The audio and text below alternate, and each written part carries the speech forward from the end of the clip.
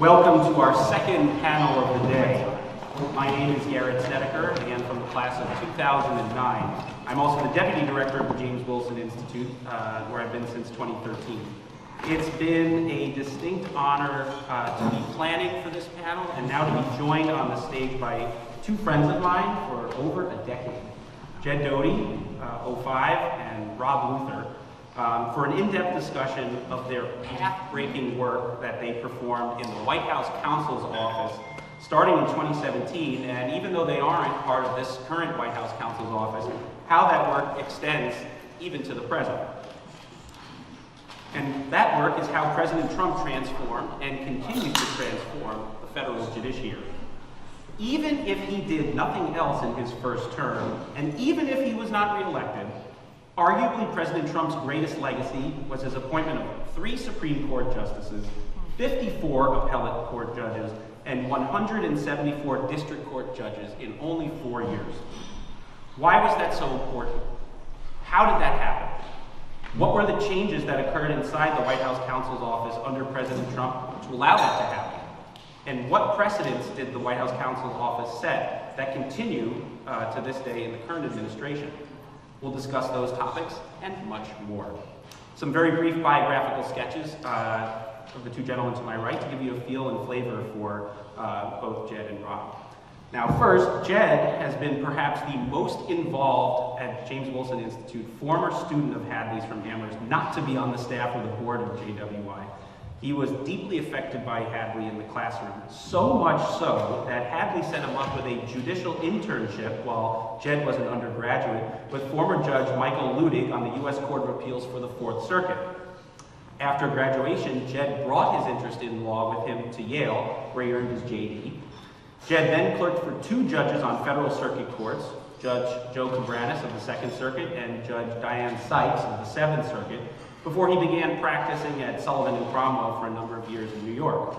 He then served President Trump in the White House Counsel's Office as Associate White House Counsel for all 4 years of the administration.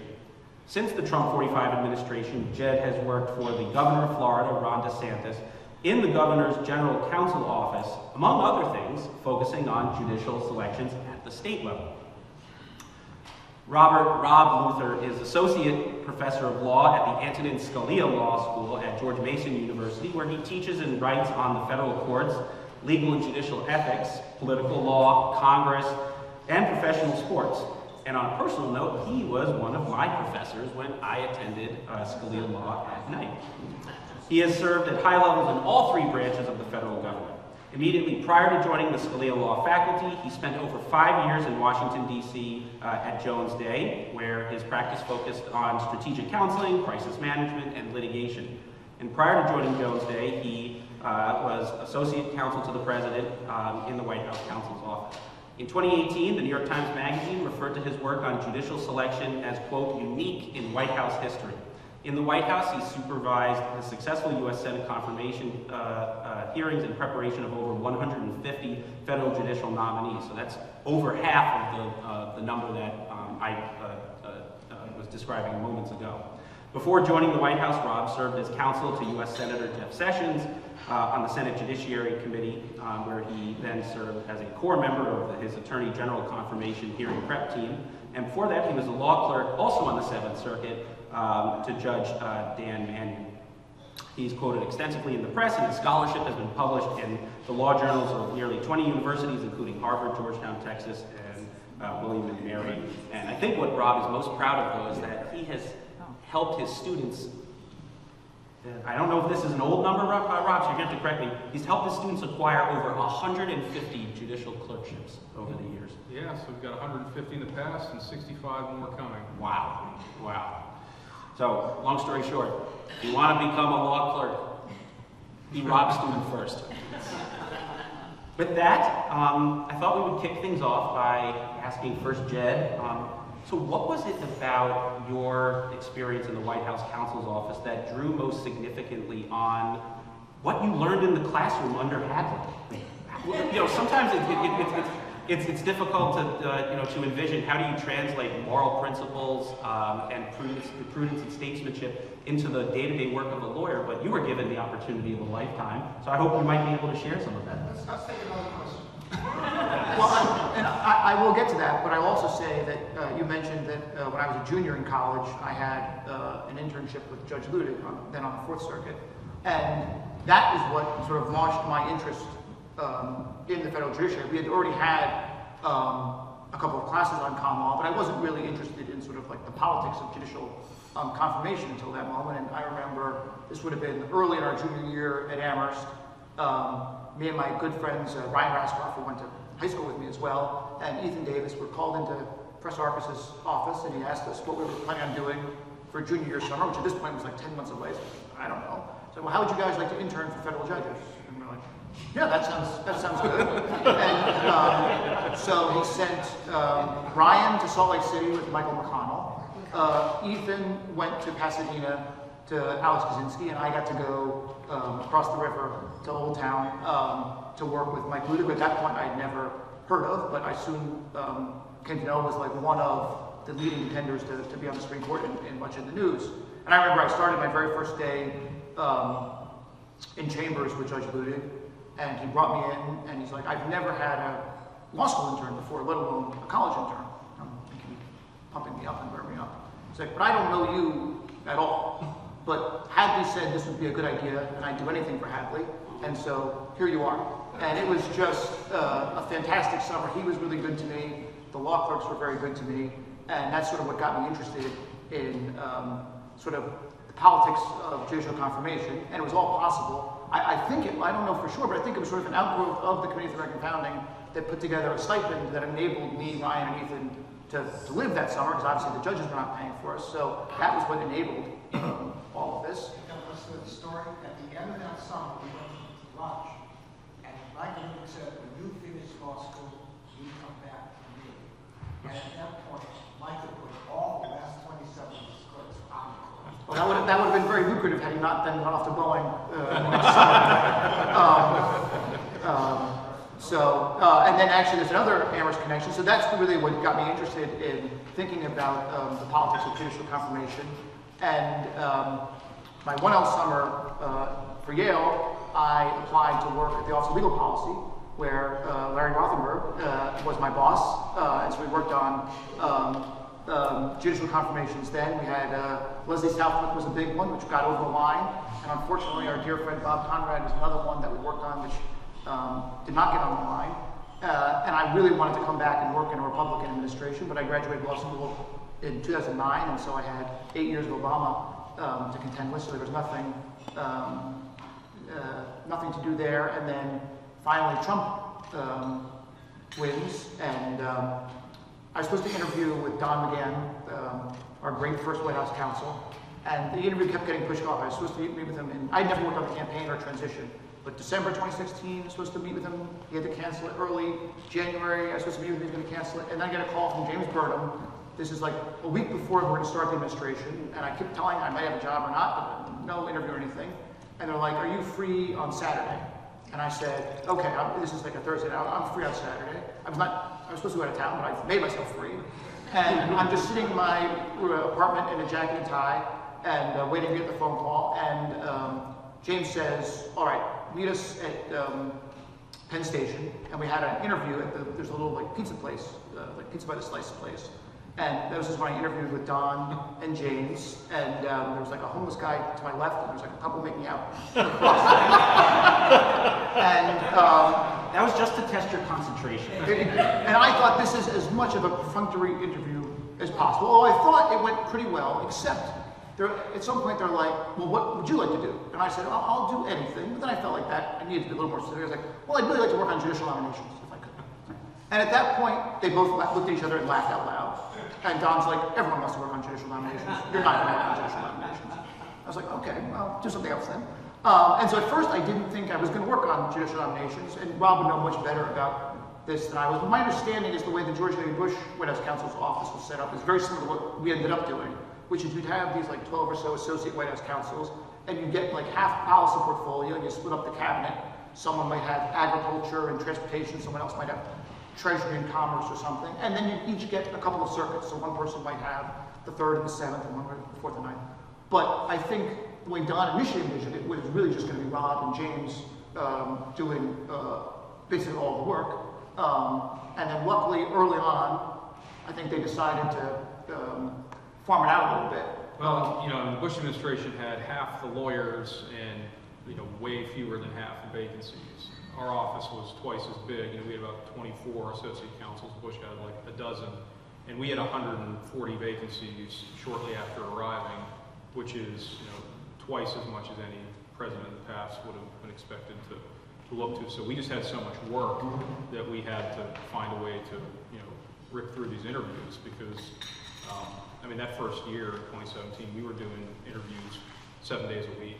We had days where we would do 7, 8 interviews in one day.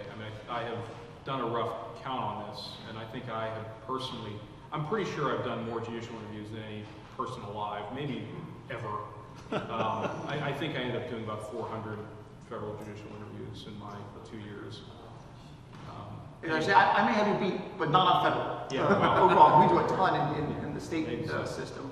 So I then got the 1st and 2nd circuits. So that's New England and New York, basically, and then actually my very first brand was Puerto Rico too, which actually we ended up getting to do something in.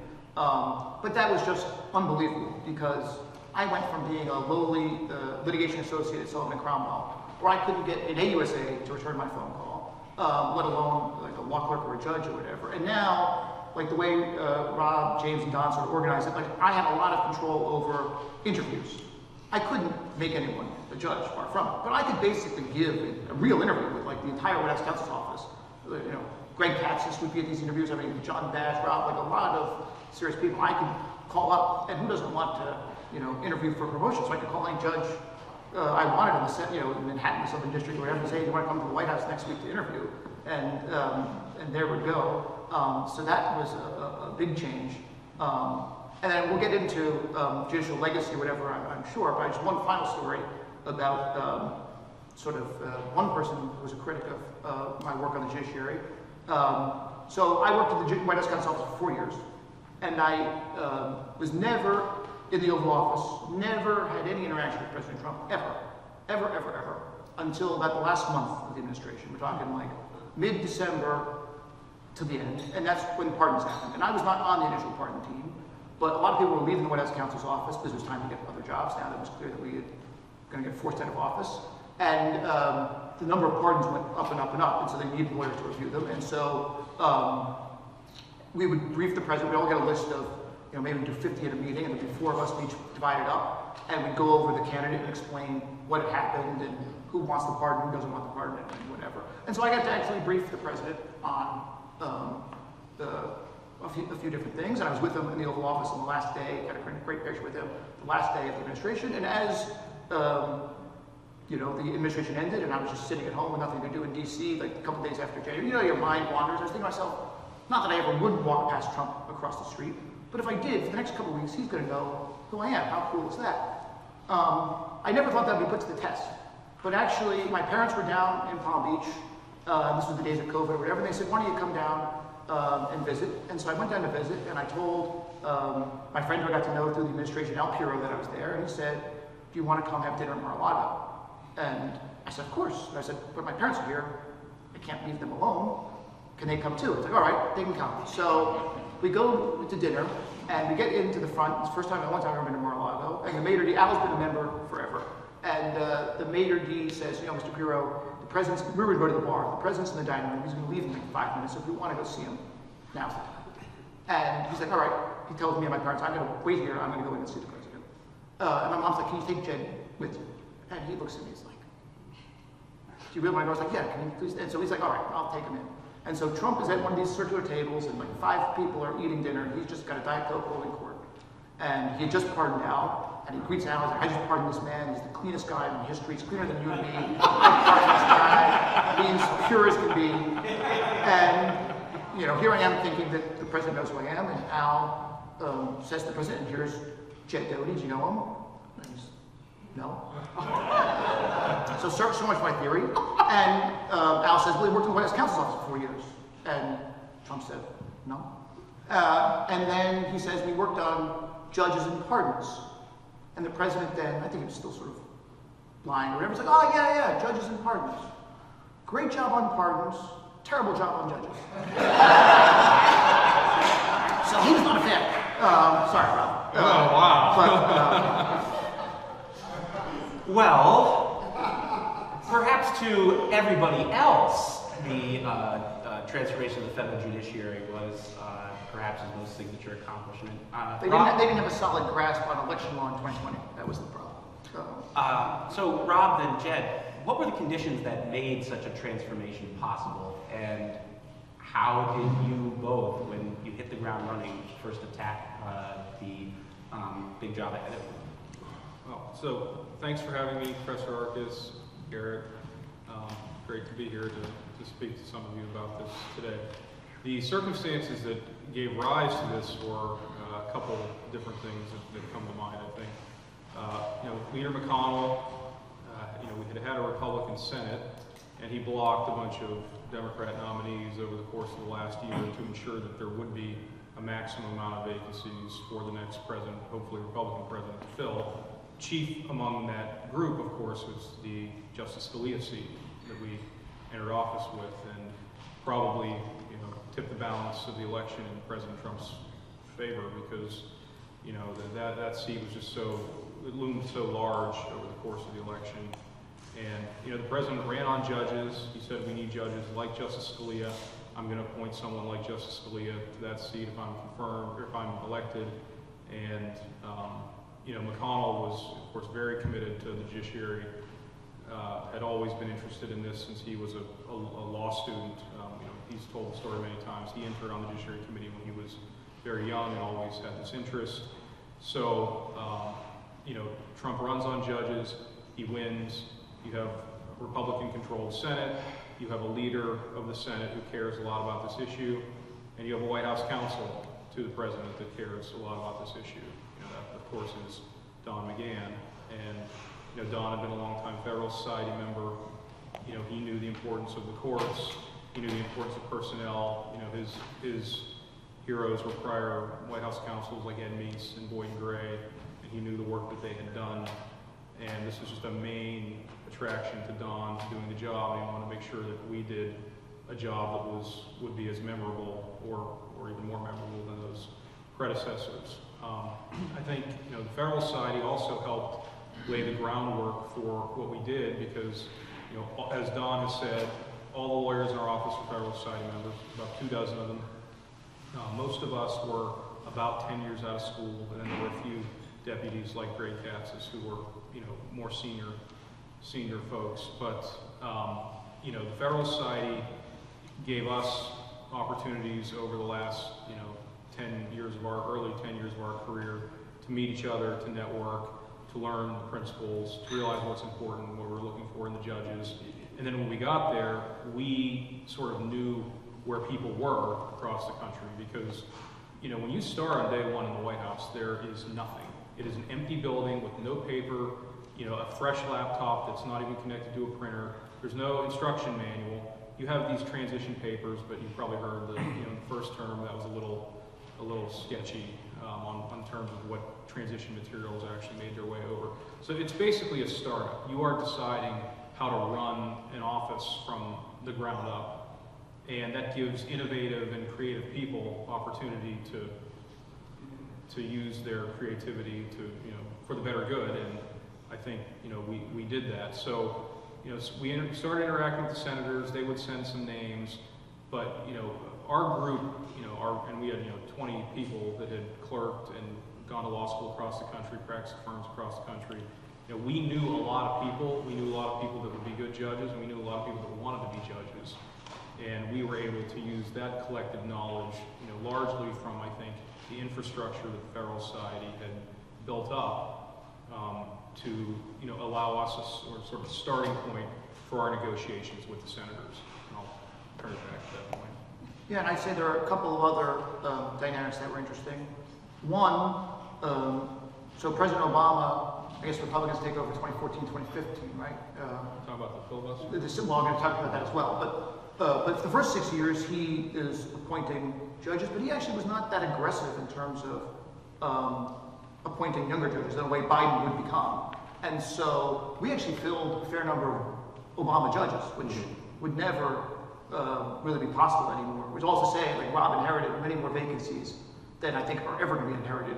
Again, certainly many more than the Trump people the second time around have inherited, because we went young and then Biden has gone just as young. And so obviously that means that you don't have people, the typical, I mean, obviously you can, it's not slavery, you can leave whenever you want, but the retirement is effectively 65. It is complicated, but effectively when you get 65, that is when you are eligible to take senior status.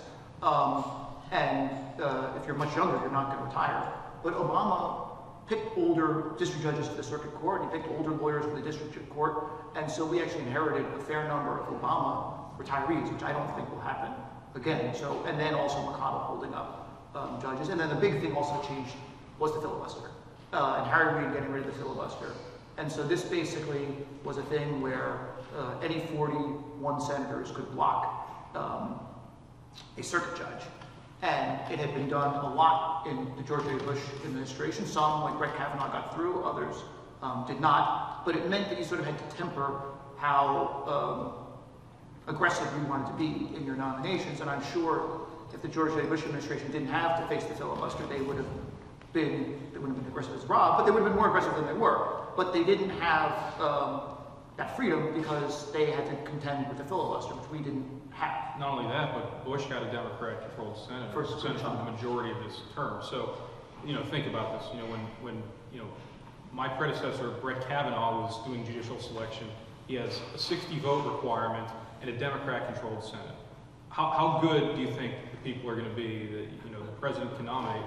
How are they going to get confirmed? Plus, you still have blue slips for circuit judges. So that's the other thing. So just very quickly for those who aren't like lawyers or following, what are blue slips? So that blue slips are literal blue pieces of paper that a state's 2 home state senators must return to the chairman of the Judiciary Committee for the nominated individual to have a hearing. That's important because if a nominated individual doesn't have a hearing, they're not going to have a vote and they're never going to be confirmed.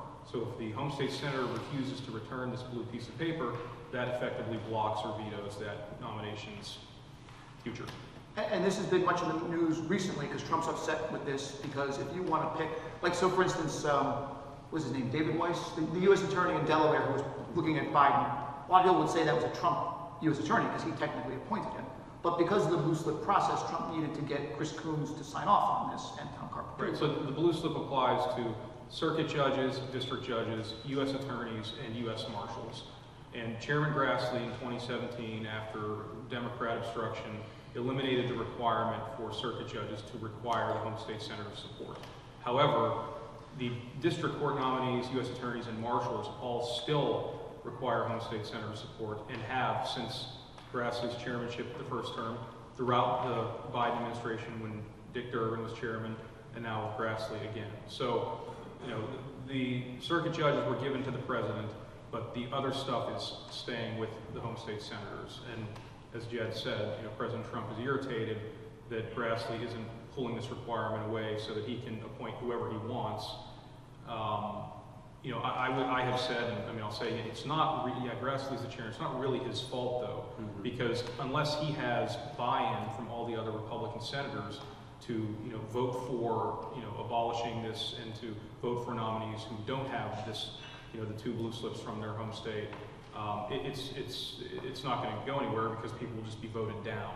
So Grassley's an easy target. He's not really the guy who's responsible. It's the Republican caucus as a general body, and the reality is that neither the Republican senators nor the Democrat senators want to get rid of this because it's some of the only things they still have left to give away in their positions. And that obviously then also informs, and unfortunately we could be talking for 12 hours and you're not going to be able to describe all the complications of this, but it informs the judicial selection process too, because for the district court and when we started the circuit court, at the back end you need the blue slips for whatever home state senator you have. You need to take that into account when you're picking someone. And so if you're looking at a district court seat, whether it's in North Carolina or wherever, you need to make sure that those 2 senators are brought in. And each state will have a different process. Some have commissions, some, if it's Kentucky, like you're just going to tell, Mike McConnell will tell you who you're, Mitch McConnell, will tell you who you're going to pick. Others, like New York, where I'm from, they have a long-standing tradition which Schumer actually honored, more or less, where for every 3 vacancies, 2 go to the president and 1 split between the senators, and they'll give you a name for the 1, and then you give them names for the 2. In Illinois, it's 3 to 1. But then, like we have Massachusetts, where we're trying to fill Judge O'Toole's seat, and you got to get Elizabeth Warren to agree to a Trump nominee. How do you do that? You don't, or at least we didn't find a way to do it. And so those seats just stayed vacant the entire we had one that was entirely 4 years vacant, and we got another one for 3 years to go, so 7 years, nothing we could fill. And then for the circuit court, so each, for those of you who are not lawyers, you have district court, and you have Supreme Court at the top, and in the middle, you have these geographic circuit courts. And so like the Second Circuit is 3 states, it's New York, Vermont, Connecticut, and it's 13 judges. And by tradition, it's not really not by law, by tradition, each of those 13 judges is apportioned to a certain state within that circuit. And for that particular seat, so you may have a New York judge on the Second Circuit, for that seat, until Rob Grassley changed this, you had a blue slip, and so you have to get, for the New York seat, you have to get Gillibrand and Schumer to sign on to it, which proved actually not to be impossible, but it was difficult. You have to figure out like what's important to them or whatever. So it turns out that like Schumer relied a lot on Preet Bharara, who was his former chief counsel, he made the U.S. attorney in Manhattan. A lot of conservative foreign prosecutors were friends with Preet, and so we could get a conservative prosecutor who was friends with Preet, like Richard Sullivan. Preet would help grease the skids on his end or whatever, make things easier. But you got to try to find workarounds to get this done. So it's not always as easy as like, let's just pick the most conservative person we can find, because each state has its own quirks and dynamics that you have to then work through. So it's very much a balance of like trying to find the best judge, judicial candidate, versus like what can we actually get the particular senators to agree to.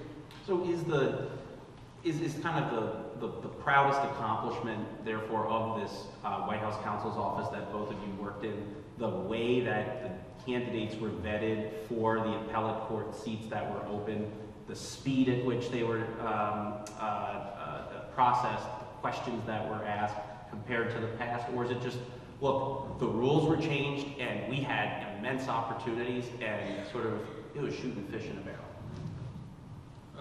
Well, I mean, I think the proudest accomplishment are the judges, themselves, that we, judges are the closest thing to permanency in politics. We knew this, and that's why we spent so much time on it. I mean, no group of judges ever has undergone the effort and scrutiny that group of 234 went through. And while not all of them are perfect, every one of them was perfect at the time under the political realities of the circumstance for which they were nominated. Like I said, this is a constantly evolving dynamic where the kinds of people you can pick and the votes you have and the senators in the home states. I mean, you're dealing with binary choice a lot of times. This isn't a choose your own adventure of make the most extremely conservative person you want. You're dealing with real people and real politics. And my job, and Jed is giving me too much credit, but my job coming out of the Senate, having essentially been the main judge person on the Judiciary Committee, having studied this for a long time before I got there, knowing the personalities, knowing the precedents. Of course, there are no precedents in politics except politics, but there are still some precedents, as Jed mentioned, within the states, New York, Illinois, and so forth. And when I was there, I tried to figure out who the senators were, how much they cared about judges, who was on their staff, did that person care about judges? And my job was to, evaluate the whole situation and try to understand what the art of the possible was in the situation that we were in. And I left no stone unturned. I worked really hard with our group, who was all, everyone. See Larry here; it's great to see him. Everyone from the president to Don McGahn down to the most junior lawyer at OLP or the most junior staffer in the Senate was a part of this process. And so what I would say, what I take the most pride in, certainly are the judges themselves, but I think really the commitment from our group, and from an intern who was helping to vet a single district judge over the course of the summer, all the way up through the president and Don. I mean, a lot of people that nobody's ever heard of put in a lot of work to make this situation possible. And I'm grateful for every single one of their contributions. And then if I could just, Yeah, of course, yeah. you've asked about the interview process a lot. I don't think we've ever fully answered it, and it changed over time. So as I alluded to earlier, like in the beginning, at least for a circuit court, and maybe for district court too, we weren't doing that many. I'm talking like January, February, March, April of 2017. Like it really was a murderer's row. And like Greg Katzis, who now a judge in the DC circuit, I think he'll be with us tonight, who at the time was the Don's chief deputy and was dealing with all sorts of incredibly complex legal issues. He would make time for basically every circuit interview. And if we're picking one judge, there's probably 6 or 7 interviews. So and these interviews are like an hour at a time. This is an enormous commitment. You have John Bash and other people. And like you would get like a full, rigorous interview. Like John Bash in particular, who's a very talented attorney, who clerked for Justice Scalia, and I gather the Justice Scalia clerkship interview was like this, where basically you don't leave until you're crying. Like, I mean, they will get you to like, you know, be on either side. Like, I've seen them say that like Heller is the greatest decision ever written, and it's the worst decision ever written. It doesn't matter what position you take. Like, they will try to cross you up as much as possible. And it was long. It was a lot of people, and it was pretty direct and detailed. I would say. And this was after Rob left, when Pat Cipollone came in as the White House counsel. We changed it a little bit. I think there was some thought, rightly or wrongly, that it was a little awkward to have these like very robust interviews in private, and then like 6 months later you go before the Senate Judiciary Committee, and these same people are like, I don't really want to grade Supreme Court cases, or I don't want to like call myself an original or a textualist. I can't put labels on things. It's inappropriate. And it's like 6 months ago, you were spilling your guts out to all of us in the White House, and now you tell the Senate, like, I can't really talk about this. We thought it was a little, I think there was a thought that maybe it's a little awkward, and so the interviews became, they weren't nothing, but it wasn't as in-depth in any way.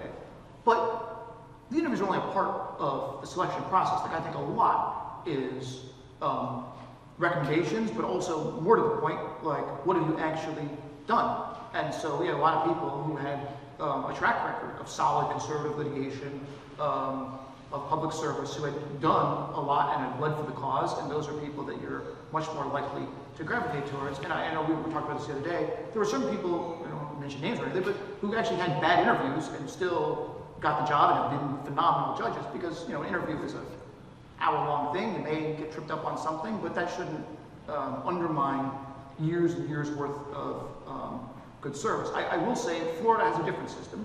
In Florida, we don't have Senate confirmation or anything. And so the governor, there's a judicial nominating commission that picks the candidates, but among the candidates, the governor just picks. And so we now have very pointed questions. And my boss, Ryan Newman, has become a big James Wilson, Hadley Arkes fan. And so he's very focused on these sort of, and so we actually get into like natural law type debates quite frequently in these judicial interviews. But in my experience, that was really not the case.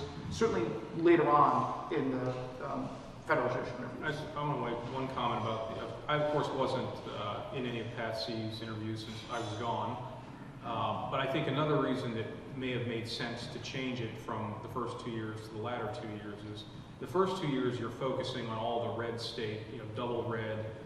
You know, you've got a lot of Republican people fighting for Republican seats out of the gate, just like you've seen so far in this term. You know, note that of the 24 judicial nominees to date, every single one of them is coming out of a red state. So that's why the beginning is hardest, because the beginning is most competitive. You know, when you're doing Texas and Florida, Missouri, you know, the red places, you have more competition and you can be more difficult. After the first 2 years, now of course, you know, sporadically you might have a vacancy open up in a Florida or a Texas in 2019 or 2020, and we did. You know, Cat Mizell wasn't nominated until 2020, but the bulk of those sort of remainder seats were in purple or blue states, and so you can't, you know, I mean, you can ask a whole bunch of questions about originalism to, you know, Schumer's recommendation, but it might not really accomplish a whole lot, and you just have to be more practical as you know, the term goes on and the red seats get filled, and you're just working with other seats. So it makes sense that it would evolve a little bit.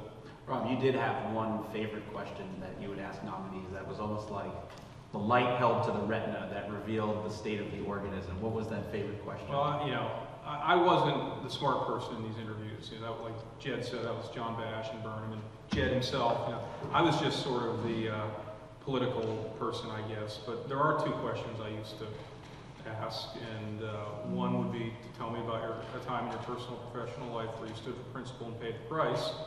It's a good one. Another question I asked that's very important to me is, what are you looking for in your law clerks? It's like, well, why does that matter? Are they for law clerks? You know, someone who's smart and hardworking. Now, that's actually the wrong answer. In case any of you happen to be up for this at any point in the future. When someone would say that, that kind of gave me the hint that they didn't really know what was going on. Because of course we all want employees that are smart and hardworking and diligent and blah, blah, blah. The right answer is the most conservative person I can find who can do a great job so that I can credential them and then they can go out and do important things to save the world and credential more people. That's the right answer. That's what I'm looking for. That's what my job is looking for.